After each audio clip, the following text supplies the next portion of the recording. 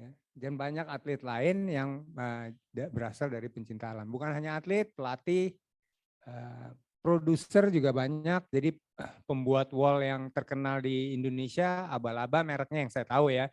Mungkin ada lagi yang lebih terkenal itu Pak Rahim ABS, panggilannya Bohim, dia juga dari pencinta alam.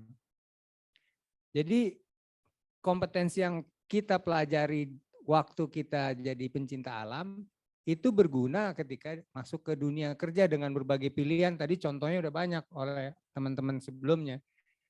Jadi sebenarnya buat saya pertanyaannya, ngapain juga ya anggota pencinta alam ngabisin waktunya cuma di sekretariat atau ngerjain, karena dunianya ini udah terbuka lebar, sama seperti Didi tadi bilang, tinggal pilihannya kita.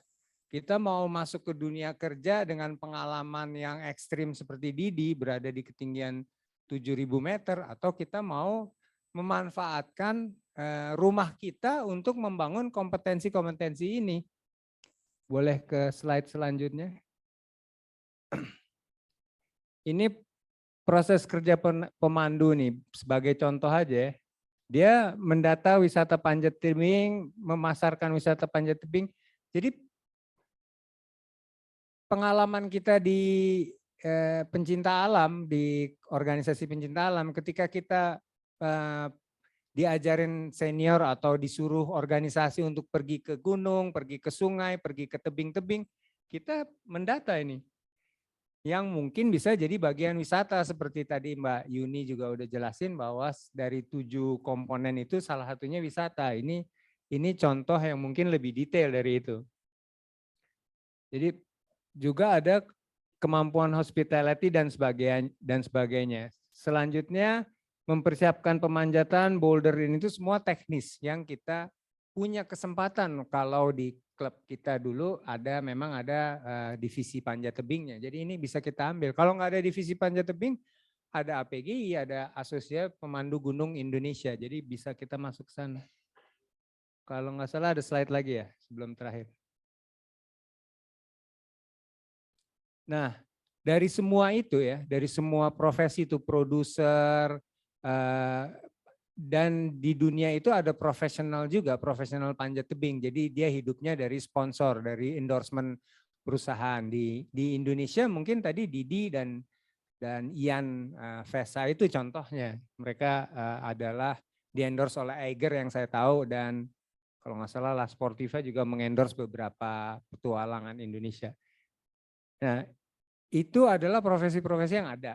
Dari semua profesi itu yang standarnya sudah ada, artinya diakui oleh negara sebagai profesi, itu baru pemandu panjat tebing, pemandu gunung, pemandu caving, pemandu arung jeram, itu ada pengakuannya. Terus yang lain dari taksonominya panjat tebing ada rope access, itu sudah ada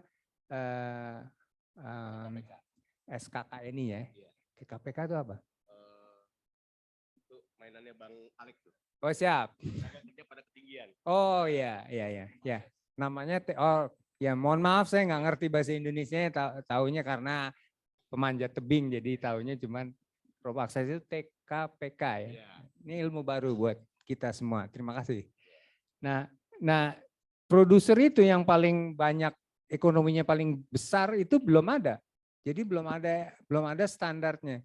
Ketika ada World Cup di Indonesia, wall-nya itu dikirim dari Eropa. Wall bekas dipakai di Villars di Chamonix dikirim ke Indonesia. Karena wall-nya itu wall yang dibuat kita, menurut kita dan dipakai di Indonesia sama persis kayak Enterprise, tapi nggak bisa dipakai oleh IFSC. Karena itu belum memiliki standar Eropa. Jadi standarisasi ini juga menjadi acuan buat kita, ya. Jadi dari semua profesi itu baru ada panjat tebing dan olahraga petualangan lain sebagai pemandu. Kalau pelatih olahraga panjat tebing yang saya tahu sedang disusun SKKNI-nya. Jadi ketika Besang itu dulu standarisasi untuk olahraga di bawah Kemenpora namanya Besang, tapi digabungkan ke dalam BNSP oleh pemerintah Republik Indonesia. Jadi sekarang masih proses dibikin. Artinya pelatih-pelatih yang kita yang sudah menghasilkan juara dunia, pemecah rekor dunia pelatih Indonesia, itu belum punya standar. Dia nggak bisa dipakai di luar kalau standar itu ditanyakan oleh Cina, oleh apa. Dan dia sebenarnya sudah banyak ditawar oleh mereka untuk melatih di sana. Ini adalah tempat yang sudah ada, sudah dibangun oleh kita semua, termasuk Anda-Anda, dan disuplai oleh Anda-Anda sebagai SDM-nya. Jadi kemana aja bener juga ya kalau gitu. Iya, Kemana betul. aja Mapala gitu ya. Ya, gitu. Tapi buat saya sih gimana aja loh. Demikian. Terima kasih. Demikian. Oke, terima kasih Om Adi Seno. Oke, jadi kalau ngomongin soal panjat tebing, kebetulan saya hari ini juga hidup dari jualan jasa panjat dinding di BSD Extreme Park. Jadi banyak orang tua itu kepengen banget anaknya tuh manjat sampai orang tuanya tuh maksa teriak-teriak dari bawah. Jadi saya tanya kenapa kok teriak-teriak begitu? Pengen banget anaknya menyelesaikan itu. Ternyata mendingan dibeginiin anak daripada main gadget terus. Artinya adalah orang-orang dengan ekonomi atas itu udah melihat pentingnya kegiatan-kegiatan sedemikian. Nah, untuk ngelengkapin ini juga nih, wah di sini sudah ada Bang Iwan Bungsu. Ini emang betul anak bungsu, Bang? Bukan. Oh, bukan. Nama yang diberikan oleh Wanadri. Wanadri, ya oke. Monggo Bang Iwan untuk presentasinya 10 menit dari sekarang. 10 menit. Iya Bang. Saya waktu ngobrol pertama kali dengan Roni, saya bilang, kamu mau nggak datang jadi panelis? Bilang, panelis apa ya? Terserah. Nah, jadi saya lihat acaranya ada peran, peluang, tantangan, lalu ada lagi strategi pengembangan. Oke. Aku bilang aku ambil yang strategi pengembangan aja. Siap. Boleh didekatkan lagi mic-nya Bang? Oke. Jadi saya ambil strategi pengembangan. Jadi sore ini saya akan bicara sedikit tentang strategi pengembangan. Tapi ini ya, ini saya tidak ingin menganjurkan, menawarkan atau mendiskusikan strategi pengembangan kita di Indonesia atau di organisasi saya atau organisasi. Saya ingin menceritakan apa yang saya lihat dan saya alami sendiri terutama di Amerika dan Kanada. Jadi ambil beberapa snapshot aja, jadi bukan bikin film ya, tapi foto-foto sebentar gitu. Ini terjadi di sini, ini terjadi di sini, lalu saya bikin cerita dari beberapa foto itu tadi. Apa yang dilakukan oleh organisasi pencinta alam pendaki gunung yang paling tua di Amerika dan Kanada. Amerika dan Kanada itu berdekatan, jadi semuanya berkaitan. Nah, jadi 10 tahun saya tinggal di Amerika, sekolah, kerja, terus 5 tahun di Kanada, lalu di Australia, lalu 20 tahun di luar itu. Ini yang saya lihat.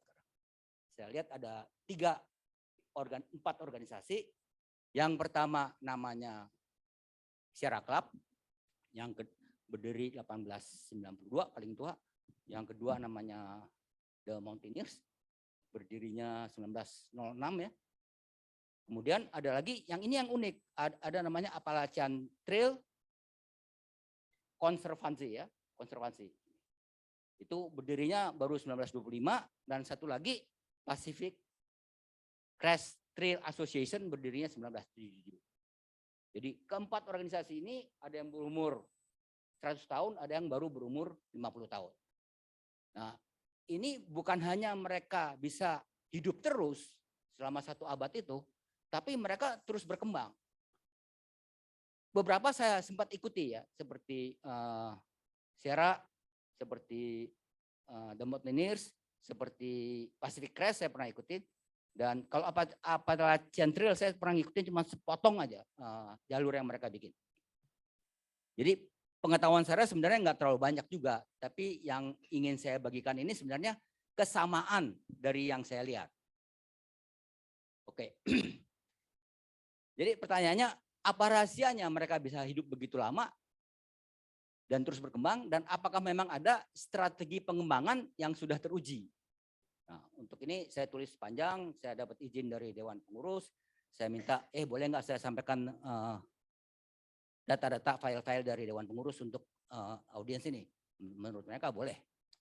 Jadi saya mesti terima kasih pada Dewan Pengurus pada Kang Eco ya yang sudah menjadi manajer lingkungan di kita, juga kepada anggota kita, Rondang, Srega, Kang Yudi Kacus, Kang Iwan, Bung Abrar, Bung Tristam, Cetri, yang sudah memberi masukan dalam diskusi ini.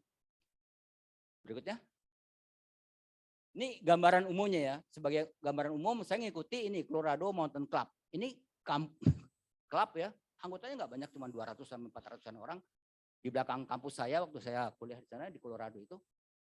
Nah, ikut kegiatannya mendaki Rocky Mountain, pendakian yang dikoordinir dan dipandu oleh senior-seniornya ya, merawat trail sepanjang itu, dan macam-macam kegiatan mereka yang saya ikuti selama saya kuliah 3 tahun. Kegiatan rutinnya perjalanan akhir minggu, menjadi pemandu, pelatih, melatih pendaki pemula dari SD sampai SMA, mengadakan sekolah pendaki, kursus keterampilan, seminar, slide presentasi, pemutaran film. Dia bikin rangkaian kegiatan yang cocok dari mulai anak SD sampai pensiunan. Dan salah satu temanya ya ini, memahami apa yang terjadi di alamnya. Dia memahami yang kita sebut di sini global warming atau pemanasan global atau perubahan cuaca. Itu salah satu tema sentral dalam kegiatan CMC ini. Saya pernah ikut mendaki salah satu puncak di Appalachian Trail sepanjang pegunungan Appalachia di sisi timur AS. Ini trail itu dirawat dengan dana-dana dari pondok-pondok pendaki. Sepanjang trail itu ada 31 klub pendaki ya. Trail itu, aduh saya lupa panjangnya, sekitar 4.000 kilometer. Dari selatan Amerika sampai ke utaranya Amerika. Menjelajahi seluruh pegunungan Appalachia yang ada di daerah itu. Dan salah satu pengelola yang paling aktif adalah klub-klub pendaki. Jadi klub-klub di sana hidup, berkembang terus ya, karena memang punya tugas, yaitu mengelola trailnya. Itu Appalachian Trail. Sementara yang lain-lainnya pada umumnya di AS dan Kanada, kegiatan mendaki, hiking, mengarungi sungai, itu udah biasa dilakukan oleh klub-klub anak SMP SMA ya, dengan para bimbingan para senior. Jadi rekrutmen ya, masuknya anggota baru segala macam, itu sudah mulai di klub-klub di SMP, di SMU ya, SMP SMA itu. Dan yang terus berminat bisa melanjutkan di klub-klub yang lebih besar di kampus maupun di luar kampus. Nah, pendaki profesionalnya ya, pelatih-pelatihnya itu, mentor-mentornya itu hidup sebagai pemandu, sebagai pelatih ya, mentor, atau sebagai pengelola toko-toko perlengkapan pendakian. Pengelolaan dananya yang paling besar kan bukan untuk hariannya, tapi untuk ekspedisinya. Untuk ekspedisi itu mereka bikin tim dana sendiri. Selanjutnya. Nah, Sierra Club ini paling tua ya, dan Mountaineers ini yang sedikit lebih muda, tapi ini yang udah lebih dari 100 tahun. Sierra Club mulainya 1872, organisasi yang sangat disegani karena mereka punya ahli-ahli yang betul-betul mengerti soal lingkungan. Mereka besar di kalangan akademisi dan aktivis lingkungan di California. Itu negara bagian California itu di pantai baratnya Amerika, itu banyak sekali gunung, banyak sekali para pendaki, dan salah satu klub yang berkembang pesat sekali selama 100 tahun lebih ini adalah Sierra Club itu. Nah, karena mereka mulainya di kampus, tradisi itu berkelanjutan. Anggota-anggota barunya kebanyakan adalah ahli-ahli, mahasiswa-mahasiswa, dosen-dosen di kampus-kampus di California itu. Dalam 2 kasus lingkungan terbesar di Amerika, Exxon Valdez di Alaska dan Deepwater Horizon di Teluk Meksiko tahun 1989 dan 2010, pendapat Sierra Club ini betul-betul diperhatikan. Bagaimana caranya menanggulangi pencemaran itu, berapa harganya, siapa yang mesti bayar, kapan mesti bayarnya, pembayaran bertahap, itu Sierra Club betul-betul didengar. Karena apa? Karena mereka betul-betul mengerti persoalannya, bagaimana mesti menyelesaikannya. Itu mengesankan sekali. Saya pernah satu pesawat, sebelah saya duduk lawyer, orang dari Exxon Valdez, lalu udah cerita. Kita ini nggak takut sama apa-apa, yang kita takut cuma Sierra Club. Karena suaranya didengar. Karena orang yang ngomong itu benar-benar ngerti. Rekrutmen biasanya dimulai di kegiatan salah satu chapter itu cabangnya ya, bukan cabang bagiannya yang tersebar di 60 kota di Amerika, berbasis kampus, total anggota 700.000 orang, separuhnya di California tempat itu dilahirkan. Tiap orang bisa ngikuti gini ya. Sierra Club dibiayai oleh Yayasan Sierra Club. The Mountaineers itu klub pendaki di Seattle, pusatnya di Seattle. Itu di lereng pegunungan Rocky di Washington State. Ini klub ya yang terus secara konsisten mengembangkan pengetahuan, keterampilan, pengalaman dalam pendakian dan ekspedisi. The Mountaineers itu menulis banyak sekali buku. Salah satu bukunya itu dianggap kitab sucinya para pendaki, yaitu Freedom of the Hills. Itu udah cetakan ke-16 kalau tidak. 10.000 orang anggotanya, rekrutnya melalui kelas-kelas teknis, kegiatan alam terbuka, pembiayaan, pengadaan diklat, mengelola lodges ya, pondok-pondok pendaki. Mereka punya kampus lapangan, menerbitkan banyak sekali buku. Selanjutnya. Oh, sorry. Ini Sierra Club lebih detail lagi. Ini visi dan misinya, explore, enjoy. Ya, ini penjelajahan kan, enjoy, protect, perlindungan ya, lingkungan. Penjelajahan, perlindungan, dan mereka khususnya mengenai ekosistem dan sumber-sumber. Pengelolaan sumber dan lingkungan. Saya masih punya 20 lagi gimana? Saya udah bilang kan. Oke, terus rekrutmennya mulai dengan relawan, aktivis, jadi anggota. Jadi bukan seperti kita ada 20 hari, 30, nggak ada seperti itu. Relawan dulu, lalu jadi aktivisnya, lalu jadi anggota. Selanjutnya ini penerbitannya. Terus lagi ini penerbitannya ya. Setiap bulan keluar ini. Terus ini majalah Sierra itu menjadi caranya mereka untuk menyebarkan visi misinya. Terus Mountaineers ini Freedom of the Hills ya, buku yang jadi kitab sucinya para pendaki. Ini ditulis dan diteliti oleh ahli-ahli semuanya, semua ahli-ahli ini. Terus ini terbitannya The Mountaineers ya, banyak sekali, ada petualangan, ada lingkungan, ada fitness, ada hiking, backpacking, banyak sekali. Kerjanya memang untuk terus fokus memperbaiki ya pengetahuan dan keterampilan kita. Terus ini Appalachian Trail itu ini sepanjang 3.500 km. Ini dirawat oleh klub-klub pendaki di sekitar situ dan sudah berpuluh-puluh tahun mereka menjalankan itu ya. Terus ini Pacific Crest Trail, ini satu lagi Pacific Crest Trail Asosiasi ini merawat ini hampir 4.250 ini. Dan ini kelompoknya khususnya dikoordinir oleh Forest Service, Departemen Kehutanan di Amerika. Terus ini kalau kita lihat ya, 2 minggu pertama bulan November ini isinya kegiatan mereka ini misalnya. Ini kegiatan tentang seorang pendaki bercadar segala macam, lalu dia bikin presentasi bagaimana walaupun bercadar saya masih tetap bisa mendaki, bisa menyusuri sungai, bisa mengarungi sungai, bisa. Ini tentang diversity, equity, and inclusion training. Ini dia. Minggu itu juga ada ini yang menulis, saya mau ngadakan kursus ini. Ada nggak anak-anak yang mau ikut? Dia bikin iklan ini anak-anak ya, anak-anak SD nih. Ini lagi membaca peta, bagaimana cara membaca peta.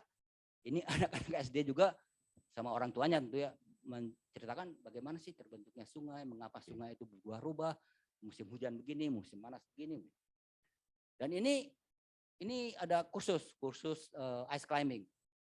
Ini kelompok seperti ini banyak sekali. Dia bikin aktivitasnya terus berkelanjutan, berbagai umur ikut dan temanya sentral satu, itu tentang lingkungan. Oke, terus.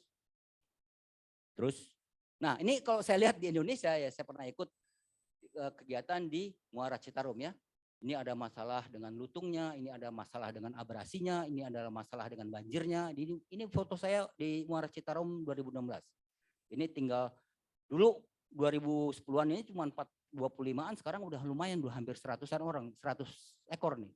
Karena kegiatan penanaman modal ini, penanaman hutan bakau ini berjalan lancar. Ini aktivis lingkungan setempat, ini Bung Heri, dia bilang ya kita ini semua udah sadar begini-begini, tapi soalnya itu pembukaan tambak itu nggak berhenti-berhenti, bertambah terus. Itu ceritanya. Ini Dr. Rondang, ini anak Wanadi yang ahli dalam primata. Dia menceritakan apa yang seharusnya dilakukan. Oke, terus ini tentang lutung Jawa di Muara Gembong itu ya, Langur ini. Kemudian ya ini bisa dilanjut lah. Ini hewan yang menarik kali. Terus apa yang bisa dilakukan? Ini yang dari kuliahnya Dr. Rondang di Muara Gembong ya. Penetapan wilayah konservasi lutung dan habitatnya. Bangun infrastruktur untuk mendukung target kawasan wisata. Restorasi habitat. Jadi sebagai ilmuwan, Rondang itu bilang ini loh yang bisa kita lakukan untuk melanjutkan. Terus ini kegiatan di Pulau Seribu, abrasi ini kita lihat hampir 2 meter tingginya. Lalu orang menanam bakau, kita menanam bakau, ini terumbu karang, bagaimana kita lihat ini putih ya, udah dicing, dan ini kita nanam karang-karang bibit karang yang baru, ini penanaman bakau, ini nanam karang. Oke. Oke. Iya, masih ada lagi Bang Iwan yang mau dipresentasikan? Sebenarnya masih ada. Masih ada. Tapi gini-gini. Iya. Yang ini ya, ini ceritanya panjang, tapi sudah saya masukkan dalam lampiran, nanti bisa dibuka sendiri. Baik. Terus ini tentang Taman Karumbi ini ya. Iya. Dan ini tentang daerah yang sudah tererosi di daerah pantai utara Pamanukan. Nah tentang ini ceritanya panjang juga. Tapi saya sudah masukkan sebagai lampiran kalau ada yang berminat. Terus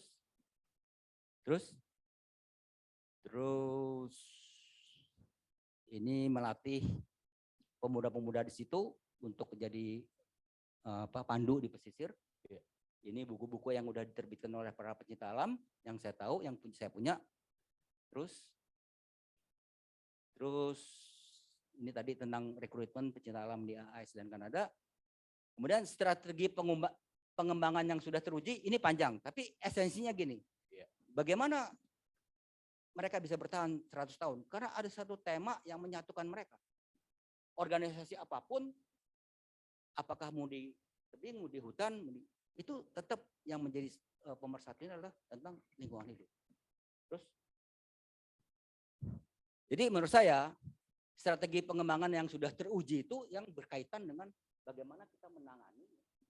Dan apalagi kalau sekarang kita tahu bahwa ada masalah serius sekali yang sedang dihadapi oleh bumi kita, bukan cuma di Indonesia, tapi di seluruh dunia, yaitu perubahan iklim. Sebagian tempat terjadi pendinginan, sebagian tempat terjadi pemanasan, tapi tidak bisa disangka lagi banjir lebih hebat, kebakaran hutan lebih hebat, lebih sering, badai lebih hebat dan juga lebih sering. Oke. Terus, udah? Oke. Pak, sementara begitu aja. Terima kasih. Oke, terima kasih Bang Iwan Bungsu. Ya, ceritanya sangat menginspirasi ya. Kalau tadi penanaman mangrove dan lain sebagainya, saya ingat kemarin tuh kepala negara tuh menanam mangrove di hutan raya di Bali. Dan itu membuat kami juga di pencinta alam Stasia Muhammadiyah itu mengawal proses perebutan lahan di Agung Sedayu Group. Jadi PIK 3 dia lagi mau mencaplok 54 lahan mangrove-nya. Yang milik itu jelas-jelas milik perhutani. Dan beberapa teman-teman di desa yang memang kita bimbing dan kita latih sejak 2016 lalu, memang bagaimana menjadikan kawasan itu menjadi kawasan konservasi. Dan mudah-mudahan gerakan-gerakan kecil ini juga akan terus berdampak kepada pelestarian lingkungan, terutama lingkungan Indonesia. Oke, selanjutnya Saya mau tambahin ya. Boleh, Bang. Karena yang pengelola kita yang memimpin kita di Taman Gunung Karumbi itu Ya. penanaman reboisasi Ya. Gunung Karumbi dan restorasi lahan bakau itu, Ya. menurut dia kalau dilihat dari yang sudah kami lakukan, itu jumlahnya kecil. Kecil. Dibandingkan dengan permasalahannya yang begitu besar. Betul. Tapi jangan lupa katanya, karena ada edukasi ya dan ada partisipasi, ada kesadaran yang terus hidup dalam diri orang-orang itu. Oke. Dan penanaman kesadaran itu yang juga sangat penting. Siap, terima kasih Bang Iwan. Jadi penanaman kesadaran buat masyarakat kita ini menjadi lebih penting. Ini adalah salah satu langkah-langkah kecil kita buat membangun kesadaran tersebut. Nah, kita akan nanti tanya jawab sama Bang Iwan bagi yang mau kepoin lebih banyak nih tentang kegiatan-kegiatan di Wanadrinya. Selanjutnya Om MG. Tepuk tangan lu buat Om MG. Ya.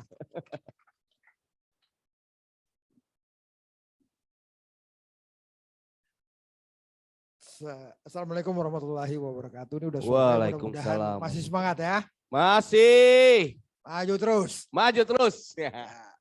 Mapala nggak boleh berhenti. Oke. Tapi dunia berubah, suka atau tidak. Dulu kita malam-malam naik gunung Gede Pangrango dengan gampang. Dulu kita bisa naik dari semua lerengnya. Modalnya peta kompas. Sekarang kagak bisa. Harus bayar simaksi. Naiknya pun harus pagi-pagi, siang-siang. Nggak boleh lagi malam hari. Dunia berubah. Ya. Sekarang kalau mau naik gunung, order. Ya, open trip. Tinggal bawa, nggak perlu bawa ransel berat-berat. Makanan disiapin sama Rahman. Bayar sama bayar Rahman. Jadi artinya dunia berubah. Ya. Nah, ini kita buka cerita sedikit. Ya, silakan diganti. Nah, ini masa Salemba. Kapa bisa berusia 50 tahun ini. Ya. Sebagai kenangan, saya paksakan lari dari Salemba sampai kampus baru di Depok. Cuman karena kita udah gae, kita estafet. Ya kan, nggak mau, ya kita tahu diri juga dong. Nggak berani lari segitu jauh 22 kilo Salemba Depok itu. Jadi kita berempat.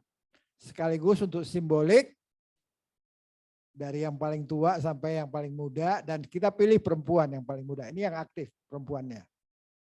Kenapa? Ya, lanjut. Ya, terus. Karena perempuan menjerbaskan inklusivitas dari kegiatan pencinta alam. Ya, nanti ini akan kita bahas. Kenapa bisa bertahan 50 tahun pencinta alam? Karena ini, it start with the vision. Di pojok sana itu ada anak teknik, tapi dia masuk ke Mapala. Ya, di pojok sana tuh. Ya. Padahal dia sesungguhnya adalah anggota Kapa yang belum dilantik. Karena ada visi di Kapa, semua mahasiswa teknik adalah anggota Kapa yang belum dilantik. Kenapa visi itu dibangun? Karena kegiatan pencinta alam dari awal itu bukan soal jagoan atau apa, itu adalah naluri dasar kita. Ya, bagi sebagian kita pergi ke alam bebas itu adalah naluri dasar. Mereka harus diberi kesempatan. Kalau mereka sebel, tadi Ian cerita kan bagaimana dia sebel sama pelantikan Mahitalanya kan. Nah, jadi boleh-boleh aja dia nggak mau ikut pelantikan, nggak ikut pendidikan di Klatsar. Tapi kalau mau hidup ya kegiatan di alam, welcome. Itu yang dilakukan sekarang oleh Rahman kan, dia jual. Tapi kalau dulu kita nggak kita jual, pokoknya kalau mau ikut ayo bareng-bareng. Ya. Jadi artinya you should start with the vision. Nah, karena bebas merdeka seperti itu,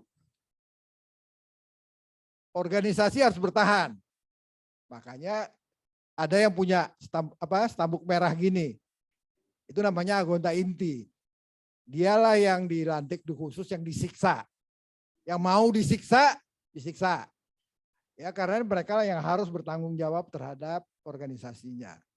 Ya, dengan cara itu ya alhamdulillah bisa 50 tahun. Ya, jadi you should start apa sih visinya. Kemudian Nanang beberapa kali bertukar cerita sama kita. Ini ada Adi Seno juga di sini. Kita sama Bapak Pala itu, tadi kan pertanyaan saya nanya di awal kan, Ketua Bapak Pala, di zaman Norman, petualangan itu sangat penting. They're very very good. Ya, dia mendaki begitu banyak gunung, menjelajah sungai-sungai deras, maklum Mapala itu Universitas Indonesia. Modalnya rada gede karena di bawah rektor. Kita di bawah dekan. Ya, jadi cari duitnya pun lagi susah. Lagi juga Fakultas Teknik masa itu masih baru berdiri. Belum ada alumninya yang bisa dipelorotin. Jadi dari awal Vision kita harus bikin kegiatan-kegiatan yang berbeda. Ya, dengan cara itu kita mulai masuklah di dunia di mana anak teknik bisa berperan, yaitu masalah-masalah lingkungan. Karena anak teknik itu adalah perusak lingkungan dengan ilmunya. Itu yang menyebabkan kita mengambil garis yang berbeda, yang tidak berhimpitan dengan kegiatan Mapala UI. Jadi vision awal itulah yang dijaga dan dipertahankan, dan ternyata berperan besar membentuk ya nggak tersiksa amat lah jadi anak apa gitu loh, nggak berat-berat amat gitu. Meskipun makanya tadi saya agak kaget begitu Mapala mengubah reorientasi kan, ternyata itu menjawab tantangan kegiatan mahasiswa pencipta alam di masa kini. Jadi yang membuat 50 tahun itu satu pertama vision, yang kedua tentunya passion, kecintaan.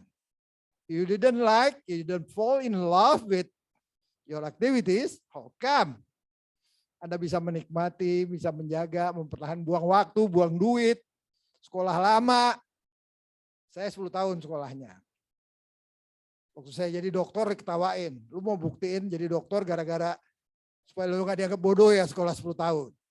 Ya, jadi that's it. Tapi jangan salah juga, banyak di antara mereka yang jadi profesor juga. Jadi artinya kegiatan cinta alam itu nggak menjadi masalah. Mereka bisa jadi profesor, bisa jadi dokter. Sejumlah teman bilang, gara-gara gue bercinta alam ini, gue bisa menyelesaikan masalah-masalah pekerjaan di kantor gue jauh lebih kreatif dan inovatif. Karena kita engineer ya, sejumlah di antara teman jadi kaya karena bekerja di migas. Ya, karena itu banyak kehidupan di hutan yang memang kita jagonya. Mereka jadi makmur. Salah satunya Putri Handayani bahkan sekarang lagi Seven Summit sendiri dari uang kerjanya. Ya, jadi kan not bad gitu loh. Ya, jadi itu passion. Berikutnya, ya tentunya kita suka petualang lah, suka-suka rada adrenalin yang bergejolak dikit lah. Ya, jadi itu yang mendorong kita akhirnya aktif. Tadi di sesi-sesi sebelumnya perkawanan, persaudaraan tanpa ikatan darah itu terbentuk, ya brotherhood. Jadi itu yang membuat kita enjoy. Berikutnya lagi, nah ini yang paling penting. Saya setiap kali melihat posting tentang anggota inti, saya lihat namanya. Ada nama Palang nggak? Ada. Kalau semuanya muslim pakai jilbab, saya mulai curiga. What's wrong with my club? Tapi alhamdulillah nggak kayak gitu. Ada sih yang berjilbab, mostly banyak. Tapi ada juga yang enggak, yang dari namanya saya bisa tebak. Ini pasti bukan muslim. Jadi artinya inklusivitas itu penting. Laki maupun perempuan punya ekualitas yang sama. Karena saya percaya dengan mereka, kita inklusif seperti itu, kita adalah bagian dari negara ini. Yang memang harusnya beragam dari awal kita berdiri. Dan alhamdulillah di KAPA itu masih terlihat paling tidak. Saya ngeceknya karena mereka yang boleh jadi anggota ketua KAPA, mereka yang punya stambuk ini yang boleh jadi ketua KAPA. Jadi selama keragaman itu terlihat, dan alhamdulillah di ulang tahunnya yang di tahun ke-51-nya kita punya ketua KAPA pertama perempuan. Ya artinya inklusivitas ini terjaga dengan baik. Berikutnya ya tentunya kita harus terus belajar. Kegiatan pencinta alam belajar melulu. Di Seno terus ngajar kan, Roni juga, semuanya kita harus terus belajar. Ya.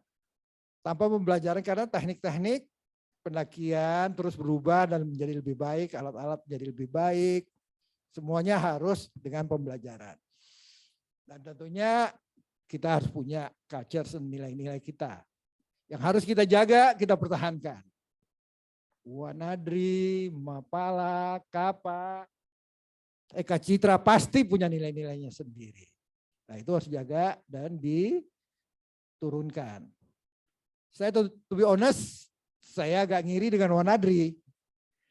Nilai-nilai Wanadri diturunin dari senior-senior ya kayak Iwan Bungsu, bahkan Abah Iwan Abdurrahman masih turun. Ngasih brief. Ya, hal itu yang memungkinkan nilai-nilai Wanadri tetap tertahan. Saya rasa Mapala Kapa nggak seberuntung itu ya. Kita nggak bisa terlalu dekat dengan adik-adik yang aktif. Ya, jadi itulah mungkin kelebihan klub-klub yang di luar mahasiswa pendidikan. Tapi saya rasa culture and values, nilai-nilai itu harus terus dipertahankan. Kemudian ya tentunya kepemimpinan. Ya, kita harus punya mereka yang mengelola, yang duduk di pimpinan harus mengelola, punya leadership yang baik untuk membimbing organisasinya agar terus berkembang. Ya, lanjut. Nah, nilai-nilai ini bagaimana menurunkannya? Alhamdulillah Kapa itu menulis beberapa buku. Ya, jadi dimulai dengan 22 tahun.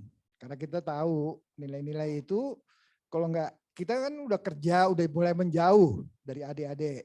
Maka kita mulai turunkan dengan buku, dengan cerita. Ya, kita pernah punya buku 22 tahun, 40 tahun, dan sekarang mumpung 50 tahun kita terbitin lagi. Jadi nilai-nilai ini, di masa saya itu seangkatan sama Norman Edwin. Saya dan Norman adalah penulis yang aktif tentang kegiatan petualangan. Ini Ibu ini katanya masih ingat. Ya, Ibu Evita masih ingat ya. Jadi dengan menulis kegiatan organisasi, kegiatan pencinta alam itu bisa dipahami. Wanadri menerbitkan beberapa majalah ya. Ya, itu juga menjelaskan bagaimana pentingnya penulisan ya, buku ini. Sejumlah pendaki gunung terkenal, Messner, you name it, Bonington, semua menulis buku yang itulah yang menginspirasi pencinta alam. Nah, jadi kalian juga harus rajin-rajin menulis dan rajin-rajin membaca. Ya, lanjut. Ya, terus. Nah, dunia berubah. Dunia berubah, orang berubah, manusia berubah, kegiatan akademik berubah. Mapala juga harus berubah, like it or not. Ya, Anda mengalami turbulensi saat ini. Itulah sebabnya kenapa tadi dinamakan mau kemana dalam dunia yang berubah ini, Mapala ini. Setidaknya ada 3 yang bisa jalan yang dipilih. Mulai menjadi kegiatan kompetitif yang terukur, panjat tebing terukur, arum jeram terukur, ya, paragliding terukur. Nah, itu bisa dijadi spesialisasi. Ya, sehingga Anda menjadi atlet terukur di olimpiade atau di lomba-lomba internasional. Atau menjadi commercial activities. Ini bisnis besar yang terus berkembang. Rahman nanti mungkin akan bisa bercerita betapa menggiurkannya juga berbisnis kegiatan pencinta alam ini. Ya, bahkan di UNJ bahkan udah jadi pendidikan Ibu ya. Ya, jadi ini menjelaskan arahan-arahan yang bisa diambil oleh pencinta alam. Namun yang mungkin tadi Kang Iwan Bungsu cerita tentang Sierra Club.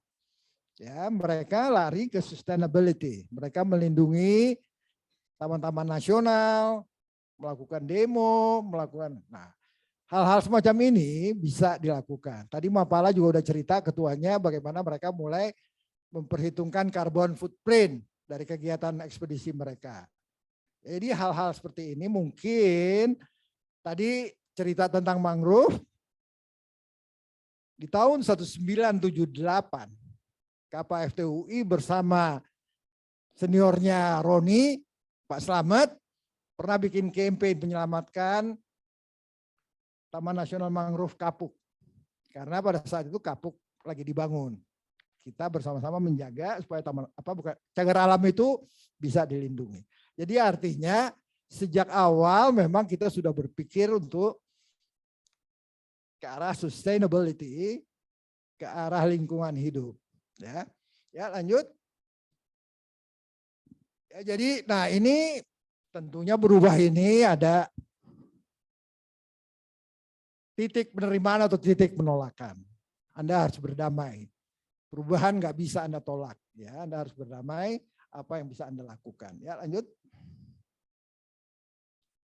Terus. Nah, masa depan ada di tangan anak-anak muda. Mereka harus memilih di antara begitu banyak keterbatasan. Kreativitas lah yang akan membawa cara-cara mengatasi semua keterbatasan. Sejarah kegiatan pencinta alam mencatat kenyataan semacam itu. Di antara semua keterbatasan pencinta alam tetap akan dapat melakukan petualangannya. Selamat menempuh petualangan baru, karena the danger of adventure is worth 1,000 days of easy and comfort. Ya, jadi petualangan Anda akan terus terasa dan bisa Anda lakukan. Ya, lanjut. Ini kayak udah selesai. Terima kasih. Assalamualaikum warahmatullahi wabarakatuh. Waalaikumsalam warahmatullahi wabarakatuh. Terima kasih Om MG. Iya, ternyata nih makin kesini makin menarik nih, karena banyak banget unsur-unsur bisnisnya nih. Woi, jadi kalau tadi ngomongin soal kegiatan pecinta alam sudah mulai kurang digemari, hari ini kami bersama Obet Nusantara di Jatiluhur itu sekarang udah mulai angkatan ke-8 dari BCA. Jadi BCA karyawan-karyawan barunya tuh dimasukin ke camp Jatiluhur 5 hari 4 malam. Dan bayarnya bukannya murah mereka melakukan. Dan aktivitasnya ya hiking, ya rock building, ya rock climbing dan lain sebagainya. Dan itu potensi ekonominya itu luar biasa. Nah, kita penasaran dong dengan apa yang dilakukan oleh Rahman Muklis. Ya. Yuk berikan tepuk tangan yang meriah buat Rahman Muklis. Silakan. Cek. Terima kasih Mas Sis untuk kesempatannya. Selamat sore, Assalamualaikum warahmatullahi wabarakatuh. Ya, menyambung tadi udah dipancing sama Mas Sis. Bagaimana peluang secara profesi dan industri besar itu sangat besar. Kemarin saya baru baca tuh kunjungan di Rinjani aja 1 tahun itu udah mulai naik lagi 50.000 kunjungan gitu ya. Udah mendekati 50.000 kunjungan. Itu dan kegiatan wisata petualangan ini efeknya tuh sangat besar buat masyarakat. Itu 70% itu mengalir ke lokal. Jadi dengan saat ini, kondisi saat ini harusnya melanjutkan cerita yang dari tadi pagi itu kita nih teman-teman Mapala yang masih aktif ketika nanti setelah lulus mau berprofesi di bidang yang sejalan dengan organisasi Mapala sangat besar sekali. Oh dulu senior-senior kita babat alas ya Mas Hadi ya. Tapi sekarang arahnya udah semakin jelas. Nah, tapi saya nggak banyak dari pada sudut pandang ekonomi karena mungkin forumnya beda gitu ya. Sesuai dengan tema merancang strategi pengembangan Mapala.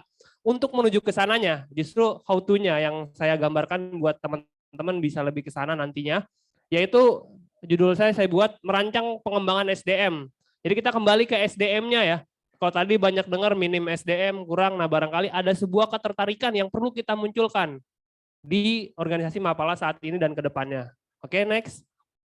Ya, ini secara nggak sengaja ini nyambung nih, arah perkembangan dan kegiatan seperti yang tadi banyak disusun, ternyata poinnya ada 7 ya. Padahal kita nggak kontekkan sama Mbak Yuni sama apa. Sabta Lestari bisa jadi rujukan nanti itu menjadi arah perkembangan termasuk juga profesi. Lingkungan hidup sudah jelas. Terus petualangan sudah jelas. Kemudian olahraga prestasi. Terus pendidikan dan penelitian. Lalu pengabdian masyarakat. Atau yang berikutnya ke arah profesi atau pengusaha. Banyak ya di bidang petualangan, kebencanaan, K3, SAR itu banyak. Kemudian yang terakhir adalah ini yang sekarang nih kaitan juga dengan teknologi, konten kreator, ya kak, konten is king sekarang. Jadi dengan kita berpetualang menjelajah, teman-teman bisa menggali banyak peluang baik itu dari sisi fotografi, videografi ataupun jurnalistik. Nah itu yang nantilah harus diperbanyak gitu. tujuh arah perkembangan ini bisa menjadi peluang. Jadi teman-teman sebenarnya porsinya ya, ketika kita memilih organisasi UKM apapun itu, termasuk Mapala, sama porsinya dengan program studi. Gitu. Program studi kan kita jelas mau mencapai cita-cita apa setelah kita lulus kuliah. Ya, kenapa diadakan UKM? Karena manusia beda-beda potensinya. Untuk itu silakan milih kalau mungkin nggak cocok di prodinya. Dari pengalaman belajar di Mapala, ternyata bisa banyak buat kehidupan sekarang, kehidupan masa depan. Nah, jadi saya di sini mau menyadarkan teman-teman kembali ke base-nya ya, kembali ke kitanya gitu. Bahwa Mapala itu organisasi pembelajar yang menggunakan media alam terbuka. Nah, artinya sekarang dan ke depan, apa yang kita pelajari misalnya 4 tahun selama kita kuliah, itu bisa dijadikan mungkin SKS ya, bisa dijadikan SKS dalam kurikulum pendidikan Mapalanya, sehingga link and match dengan ini di kampus, di industri nyambung. Misalnya teman-teman kuliah di teknik, apa yang dipelajari nyambung dengan apa yang nanti setelah lulus. Begitupun idealnya sekarang semua organisasi mahasiswa harus mengarah ke sana. Hal-hal yang nggak didapat di program studi di bangku kuliah, kembanginlah di UKM masing-masing. Itulah yang harus nanti mulai disusun. Strategi pengembangan SDM-nya, kurikulum diklatnya sudah inline. Menyambung tadi Mas Adi ya, sudah bilang bahwasanya semua standar pemandu panjat tebing, pemandu arung jeram, pemandu gunung, sudah ada standarnya semua. Tinggal bagaimana teman-teman Mapala nih mengkonekinnya masing-masing menjadi sebuah program pendidikan selama tuh anak itu 4 tahun berkegiatan di Mapala. Nah, itu yang harus dilakukan ke depan. Implementasinya di setiap tempat akan beda-beda, tapi standarnya sama. Nah, harapannya kita udah mulai melek ke sana, base kompetensi. Apa itu kompetensi? Next. Ya teman-teman mungkin sudah tahu ya, kompetensi adalah pengetahuan, keterampilan, dan sikap kerja yang kita butuhkan untuk melakukan suatu pekerjaan. Nah, jadi nanti semuanya harus terukur. Next. Bagaimana kita menciptakan sebuah pendidikan berbasis kompetensi, pelatihan yang menitik beratkan pada kemampuan kerja, sesuai pengetahuan, keterampilan kerja, sesuai dengan standar yang diharapkan.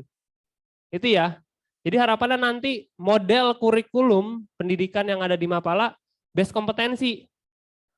Standarnya udah ada nih, sekarang standarnya akan lebih luas menjadi KKNI. Jadi ketika KKNI itu levelnya akan sama. KKNI itu kan buat menyetarakan antara pendidikan formal, non-formal, dan informal. Nah, kita ini lewat pengalaman Mapala kan dengan non-formal ya, sekaligus juga dengan informal berbasis pengalaman. Implementasinya apa? Lewat sertifikasi kompetensi. Sekarang dituntut kurikulum merdeka. Teman-teman selain pegang ijazah harus pegang sertifikasi kompetensi pendamping ijazah. Benar nggak? Benar ya? Itu harus kan ya? Nah, harapannya kita udah capek-capek diksar, hampir mau mati gitu kan. Jangan sampai sia-sia gitu, dikjut, pengembaraan. Nah, kalau bisa setiap ada kegiatan gitu, pengurusnya memberikan juga sertifikat dalam lingkup internal gitu ya. Tapi base kurikulumnya udah nyambung. Siapa tahu ketika nanti dia lulus, dia mau ikut sertifikasi, apapun itu, wah ternyata ada bukti, ada evidennya yang bisa digunakan, dipertanggungjawabkan. Itu nanti teman-teman bisa ngerujuk, semua ada standarnya, bisa di-search juga ya. Oke, lanjut. Nah, karena kalau bicara SDM kompeten, ditampilin langsung semuanya aja. Ya, perpaduan skill, attitude, kompetensi, kemudian di Mapala kita juga standar kinerjanya diperlukan nih. Pasti kan ketika Mapala, kita ada pengalaman, kemudian belajar bertanggung jawab, dan dapat dipertanggungjawabkan hasilnya. Jadi kalau tadi bahas ya, Bang Alek, bebas bertanggung jawab, ya itu benar yang saya pahami juga. Ketika dulu senior-senior waktu junior saya dia ngajarin, junior boleh songong nggak? Boleh nggak? Junior boleh songong, yang penting ilmunya songong, prestasinya songong. Gitu. Terus lu mau jungkir balik, mau bandel gimana, yang penting bertanggung jawab. Itu. Bener nggak? Ya, itu yang kita dilatih secara nggak langsung. Dan kalau tadi kitab Mountaineering, Freedom of the Hill, ya saya mengartikannya juga, Freedom of the Hill-nya anak-anak Mapala adalah kebebasan bertanggung jawab. Itu, yang penting bertanggung jawab, nggak melanggar hukum, kita bisa bertanggung jawab buat orang tua, buat kampus, menghasilkan sesuatu. Nah, itu yang harus kita tunjukkan. Semua dilatih, hard skill atau soft skill dilatih selama jadi Mapala. Next. Ya, kita semua sepakat ya, mengembangkan media alam terbuka itu sangat efektif karena apa? Yang pertama, suasana belajarnya di alam terbuka dengan semangat dan antusias yang tinggi. Kemudian berikutnya petualangan sebagai sebuah simulasi kehidupan, connected knowing, real gitu ya. Kita bisa merefleksikan pengalaman kita menjadi sebuah aplikasi untuk perubahan sikap di dunia nyata. Yang terakhir, keterlibatan secara utuh, jasmani ataupun rohani ketika kita berkegiatan. Nah, itulah kenapa efektif kegiatan petualangan pecinta alam. Oke, next. Ya. Nah, ini desain pembelajaran Mapala, ciri-cirinya kita udah tahu, berbasis luar ruang, kemudian ada stimulus, ada respon, itu semua harus jelas, lalu ada ketidakpastian, ada tantangan, ada risiko, dan biasanya erat dengan kedisiplinan. Itu ciri-cirinya.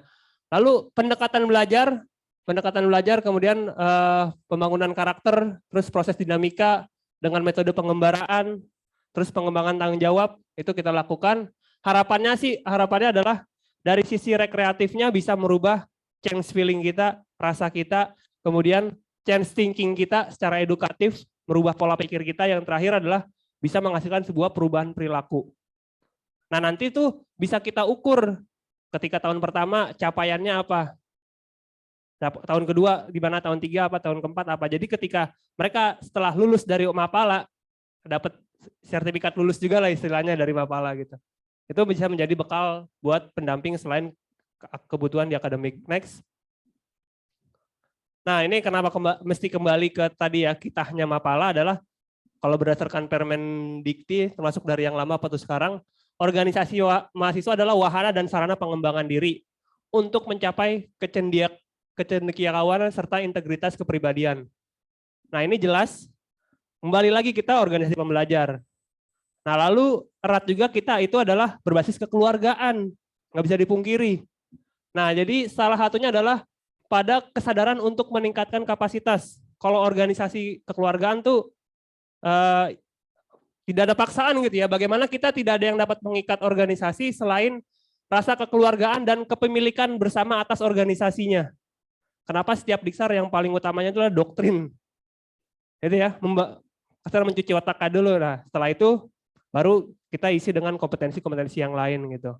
Nah, harapannya dengan adanya keterikatan kekeluargaan, kemudian timbul potensi untuk terus mengembangkan diri. Next. Nah, ini kenapa mesti harus mengembangkan kompetensi based training? Karena kalau di segitiga pengembangan SDM, industri ada mengacu standar kompetensi, ada kualifikasi kerja, lalu ada sertifikasinya nanti lembaga sendiri. Nah, teman-teman Mapala bisa mengadopsi SKKN itu, standar itu menjadi kurikulum di kegiatan Mapala. Next. Ya, ini lanjut aja. Ini siklus pengembangan SDM. Nah, ini sekarang ada sertifikasi profesi. Semua profesi apapun, profesi yang non formal sudah diakui negara. Oke, next. Nah, ini manfaat sertifikasi kompetensi bisa buat pemerintah, industri, tenaga kerja, dan juga buat Mapala. Lanjut lagi. Nah, makanya Mapala bisa berperan sebagai lembaga pendidikan yang mengadopsi standar-standar yang ada sehingga nanti lebih tepat sasaran. Dan orang nggak akan ngerasa rugi, bahkan bisa jadi butuh nanti ke depan. Masuk Mapala, ya menutup kemungkinan ada juga nanti yang secara pendidikan formalnya. Kalau sekarang non formal dan informal. Itulah yang bisa kita kembangkan, pendidikan berbasis kompetensi untuk mengembangkan SDM di Mapala. Terima kasih, selamat sore. Oke, terima kasih Rahman Muklis. Ya, ini bicara tentang sertifikasi nih. Beberapa tahun yang lalu, salah satu provider outbound di Bogor itu mengalami kecelakaan. 2 orang meninggal, 1 fasilitatornya, 1 lagi peserta. Kebetulan anak kedutaan dari Inggris. Dan efek dari situ pihak korban ingin mempidanakan. Tetapi ternyata para instruktur itu memiliki sertifikasi. Dan aturan yang sudah dijalankan sudah sesuai dengan SOP. Nah, saya sih tadi berpikir aja, ngomong sama Om Adi Seno, ini kalau teman-teman Mapala yang nggak memiliki sertifikasi dan mengalami kemusibahan, apakah ini kemudian dapat dituntut secara pidana atau enggak gitu loh. Jadi ternyata sertifikasi ini akan menjadi kewajiban kita semua nih buat teman-teman di Mapala dalam rangka apa? Dalam rangka tadi membangun SOP-SOP yang punya ukuran, terarah, dan memiliki strategi yang kuat. Tanpa berpanjang lebar, kita juga sudah kehadiran di sini nih, ahlinya ahli di bidang fotografer. Ya elah. Bang Aris Inbas Esos dari Masopala Universitas Sriwijaya. Tepuk tangan sama dia. Assalamualaikum warahmatullahi wabarakatuh. Tanpa terasa udah menjelang maghrib beberapa menit lagi. Oke, kita langsung saja. Pada kali ini pengembangan organisasi Mapala atau SDM Bang Nanang berbasis media informasi dan teknologi. Pada dasarnya semua kita tahu, sadar nggak sadar bahwa dunia itu berubah. Dan suka nggak suka, kita memang akan ke arah digital. Dulu ketika dari manual, kebetulan saya di Fuji Film dulu, dari analog berubah ke digital, itu kita nggak mau, nggak suka gitu kan. Dari analog gitu kan, enak, main speed camera segala macam ya, diafragma segala macam, tetapi ketika berubah ke digital apa? Kayak gak ada seninya. Tetapi ternyata mau nggak mau kami harus berubah begitu. Selama 15 tahun di sana, pindah ke beberapa divisi, ya memang harus berubah, mau nggak mau. Seperti dulu ketika ada handphone, saya termasuk mungkin orang yang telat memakai handphone. Ketika orang pakai handphone, saya nggak mau gitu, ngapain gitu kan. Toh saya bisa kontak dengan keluarga saya, dengan teman-teman saya tanpa handphone. Mungkin Bang MG juga masih ingat bagaimana teman-teman Bang MG dulu bisa janjian di Senen stasiun atau terminal mana ketika akan pergi ke gunung tanpa menggunakan fasilitas telepon atau sejenisnya. Namun zaman berubah begitu. Dan sekarang digitalisasi itu sangat penting. Sangat penting. Oke, next. Nah, poin-poin di sini tadi kan adalah organisasi, SDM, dan media informasi dan teknologi. Organisasi semua jelas bahwa adalah sekumpulan orang-orang atau sekelompok orang yang mempunyai tujuan tertentu. Entah itu kelompok pecinta alam, entah itu komunitas, entah itu pemerintahan ataupun sejenisnya. Ya, pada dasarnya jelas. Seperti di foto ini terlihat jelas ada serombongan anak muda yang mendaki. Mereka itu punya tujuannya sama. Kebetulan ini foto ketika pendakian ke Gunung Dempo, yang di foto paling ujung itu adalah orang bawa sepeda. Mereka punya mimpi bahwa bagaimana ya bisa bersepeda di Gunung Dempo.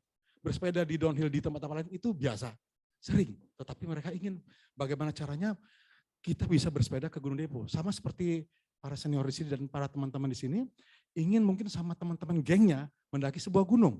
Keinginannya sama, intinya begitu. Oke, next. Ya, jenis organisasi pada prinsipnya jelas, kita persingkat saja, ada organisasi formal atau legal, kemudian organisasi internasional, organisasi volunteer, kemudian dan hybrid organization. Next. Rupa-rupa pecinta alam jelas. Dari Mapala, komunitas, freelancer, adventurer, dari stigmanya yang nggak benar, Mas kepotong Mas. Yang dibilang bahwa mahasiswa itu adalah mahasiswa paling lama, mahasiswa yang sok jagoan, kemudian yang sok melankoli segala macam, semuanya ada. Bang Joni Wiro Sableng masih ingat mungkin ketika zaman mudanya dulu ya kan, bagaimana gagahnya, dan tetapi tetap ada orang yang tidak suka dengan geng kita. Ya, sekalipun kita berprestasi, tetap ada orang yang tidak suka. Tetap ada. Oke. Kemudian fakta lain bahwa sebenarnya banyak anak-anak Mapala itu yang juga adalah para pejuang di kampusnya. Kalau kita ingat dalam historisnya, para demonstran itu juga banyak anak-anak Mapala. Tidak saja di Jawa, di Sumatera, di Makassar, yang maju di garis depan itu anak-anak PA ternyata. Termasuk para polisinya itu juga anak-anak PA. Ketika kerusuhan 998, itu kan digempur polisi. Masih ingat semua kan bagaimana barikade Brimob itu ditendang-tendang. Ya. Kemudian tiba-tiba ada seorang polisi yang tanpa helm, tanpa pengaman berani maju ke depan. Berani maju ke depan dan menghajar demonstran itu. Bukan dia gimana. Saya kaget. Kebetulan itu ternyata teman kuliah saya. Saya tahu dulunya juga anak PA gitu loh. Gitu. Namun mereka berada pada posisi yang berbeda. Satu di posisi sebagai demonstran, satunya di posisi yang berlawanan. Begitulah dengan hubungan antara rektorat dengan para teman-teman Mapala sekarang. Bagaimana kita mensinergikan sebenarnya. Kan yang ditunggu tadi siang itu kan adalah hal-hal konkret apa yang dibutuhkan oleh para PA ya untuk jangka pendek dan jangka panjangnya. Misalnya, mohon maaf, approachment kepada pihak rektorat, gitu kan. Approachment kepada pihak yang berpotensi sebagai sponsor. Kemudian melakukan pendekatan untuk diberikan pendidikan gratis dari badan-badan yang relevan. Misalnya Federasi Panjat Tebing Indonesia, Federasi Arung Jeram, dan lain-lain. Ya, oke, next. Digitalisasi organisasi. Ya, ini jelas teknologi dengan platform berupa website, sosial media, application, dan sebagainya. Di sini terlihat pecinta alam Sherry's TV sudah hadir di lingkungan kita. Sport entusias, ada trailan, downhill, climbing, paragliding, mountaineering, rafting, hiking. Kemudian documentary movies. Bagaimana mengisahkan sebuah petualangan, mungkin pernah nonton di National Geographic, film K2, ya, bagaimana berkisah di ketinggian sekian kami menggigil, gitu. Kira-kira begitu. Nah, dramatisasinya itu ya tertuang lebih melekat kepada para penonton melalui visualisasi digital. Berbeda kalau hanya dengar katanya-katanya. Dan jelas bahwa foto ataupun video itu berbicara jauh lebih kuat daripada sekedar hanya cerita dari orang. Betapa foto, ya, betapa petualangan, ya, tanpa foto, ia bisa dianggap bohong belaka. Oh, si itu. Zaman Mas Joni dulu mungkin sering dengar, ada orang bilang, oh saya pernah ke sana, tapi fotonya nggak ada. Susah. Mohon maaf, masih ingat kasus ada yang masih pro kontra, saya nggak mau sebut namanya, ada yang di Everest itu, gitu kan. Dia tidak diakui oleh sebagian orang di Indonesia, hanya gara-gara dia tidak bisa memperlihatkan fotonya. Saya juga masih ingat ketika presentasi pendakian Himalaya, Everest tahun 94 di Stekpi, almarhum Bang Ogun setelah itu bilang, iya, gue tadi dibantai gitu katanya. Kenapa? Waktu presentasi beliau bercerita bahwa kami dihantam badai, bla bla bla segala macam. Tetapi di layarnya itu dia tidak bisa, kebetulan belum bisa menampilkan foto-foto badainya itu. Itu fakta, dia sadar, waduh lain kali gue kalau naik, gue harus foto tuh badainya. Gimana anginnya kencang sekali, harus difoto. Itu bukti nyata bahwa foto dan sejenisnya sangat kuat mempengaruhi visualisasi dan pemikiran para penikmat media. Oke, next. Ya, ini landasan hukum informasi dan komunikasi Undang-Undang ITE nomor 19 tahun 2016. Seperti biasa, semuanya juga di zaman sekarang sudah tahu semua, tetapi saya hanya mengulang saja bahwa sekarang bila kita ngomong sesukanya itu akan bisa berakibat fatal. Ya, yang paling gampang-gampang misalnya yang di ini Dewi Persik kemarin kan bisa ribut sama netizennya gitu kan, hanya gara-gara orang tersebut kurang suka. Kemudian kebetulan ibu itu enggak based on data, sehingga ketika ditantang balik dia kelabakan. Ya, oke, next. Ini jenis-jenis media informasi, hanya mengingatkan saja ada internet, televisi, pengumuman, radio, website, surat kabar, dan buku. Lanjut, Mas. Jenis media komunikasi, jadul ya, masih ada intercom, email, telegraf, telepon kabel, smartphone, faksimile, next. Media komunikasi modern, ya, email, Twitter, WhatsApp, Facebook, Telegram.